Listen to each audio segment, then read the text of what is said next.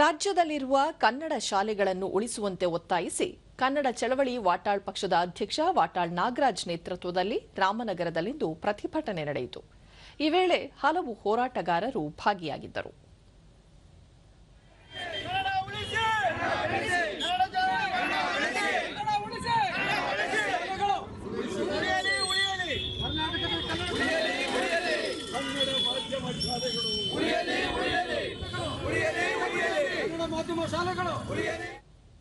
ಬಳಿಕ ವಾಟಾಳ್ ನಾಗರಾಜ್ ರಾಜ್ಯದಲ್ಲಿರುವ ಕನ್ನಡ ಶಾಲೆಗಳಿಗೆ 29 ವರ್ಷಗಳಿಂದ ಅನುದಾನ ನೀಡಿ ಕನ್ನಡ ಶಾಲೆಯನ್ನು ಉಳಿಸುವ ಜೊತೆಗೆ ಕನ್ನಡಿಗರಿಗೆ ಉದ್ಯೋಗ, ಕನ್ನಡ ಮಾಧ್ಯಮಕ್ಕೆ ಉತ್ತೇಜನ ಸೇರಿದಂತೆ ಕನ್ನಡಿಗರ ವಿವಿಧ ಬೇಡಿಕೆಗಳನ್ನು ಒತ್ತಾಯಿಸಿ ಎಲ್ಲ ಕನ್ನಡಪರ ಸಂಘಟನೆಗಳು ಕರ್ನಾಟಕ ಬಂದ್ ಕರೆಯಬೇಕಾಗುತ್ತದೆ. ಈ ನಿಟ್ಟಿನಲ್ಲಿ ಎಲ್ಲರೊಂದಿಗೆ ಚರ್ಚಿಸಿ ನಿರ್ಧಾರ ಕೈಗೊಳ್ಳಲಾಗುವುದು ಎಂದರು. ವರ್ಷದಿಂದ ಇದು ಸರ್ಕಾರದ ಕನ್ನಡ ವಿರೋಧಿ ಧೋರಣೆ.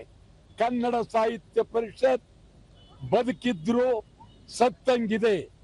ಕನ್ನಡ ಅಭಿವೃದ್ಧಿ ಪ್ರಾಧಿಕಾರ ಅಧ್ಯಕ್ಷರ ಬಗ್ಗೆ ಗೌರವ ಇದೆ, ಪತ್ರಗಳನ್ನು ಬರೆದ ಆಗೋದಿಲ್ಲ.